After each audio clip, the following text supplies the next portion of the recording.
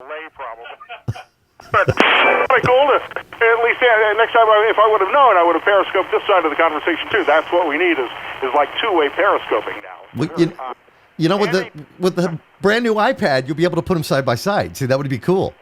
That's true. There are now, in my opinion, way too many options for the iPad. That's the first thing I noticed today is the iPad Pro, the regular iPad, and the iPad Mini all coming out and all the options. I think it's too many choices, and Steve Jobs probably rolling over in his grave right now. Oh, I tell you what, there are so many options available with the iPad Pro. And for years, we all thought the iPad Pro was going to be a joke. It was going to be, it's going to be this huge 32-inch big screen television. And, that's how it would be used. And everybody kind of joked around about it. There were pictures on, that show up on iFunny, the whole bit. But this is serious. The iPad Pro has gone from, they've gone mini, and now they're going back to 12.9 inches on the screen.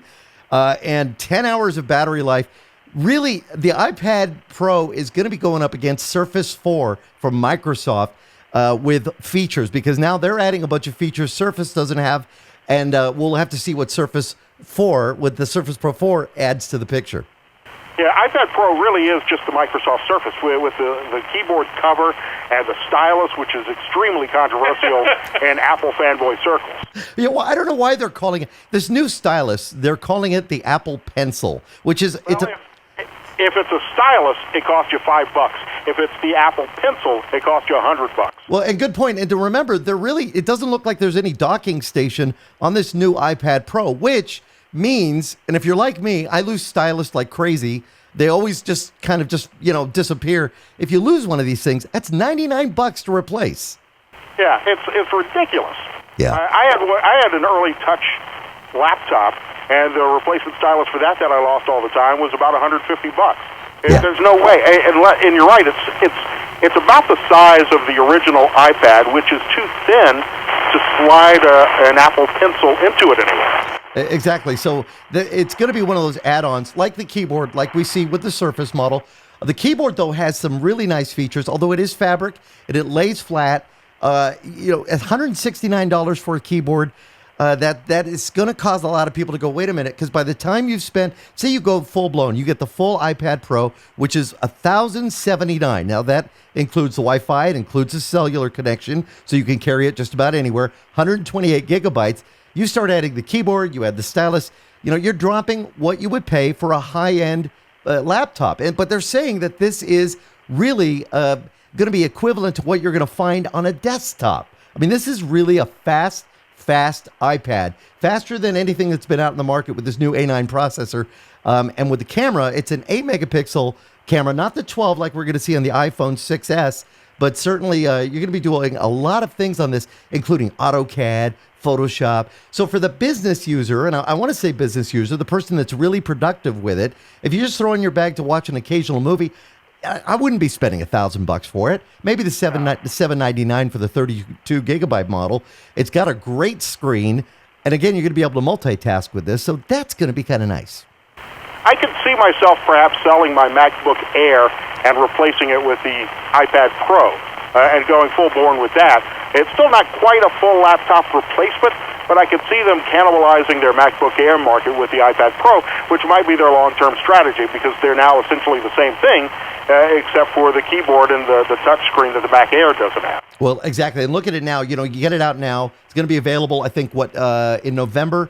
And then by then, everybody's going to have that. And then their Surface 4 is going to come out. And they're going, nah, I'm going to stick with Apple. It's kind of a battle like that because once you get an Android user takes an Android phone, they stick with Android. One of our guys who does the show today, his phone died, and he said he's going to go get an Android. I said, well, why don't you get yourself an iPhone? He's like, no, nothing but the Android. So that's kind of the way it works. You don't want them to try something else because they might really like it. So Apple wants everybody to do this.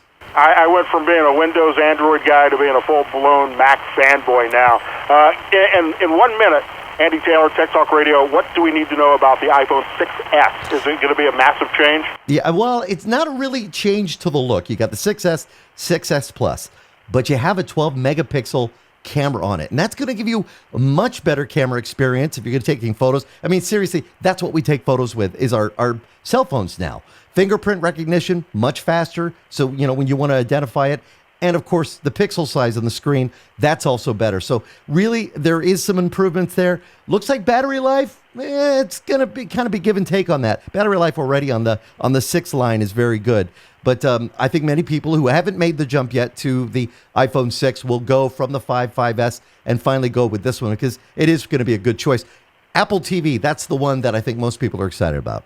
Yeah, I am such a huge fan of Apple TV. It's been a game changer with my son, who we used to have video cassettes of Barney and every other show that he loved laying around, and now we can pull everything up on Netflix and Hulu just with the Apple TV box, and I love it for ESPN, watch ESPN app, and all of the other movies that I watch. I'm a big fan of Apple TV. It seems like now it's going to be twice the money and do some new cool things down the road.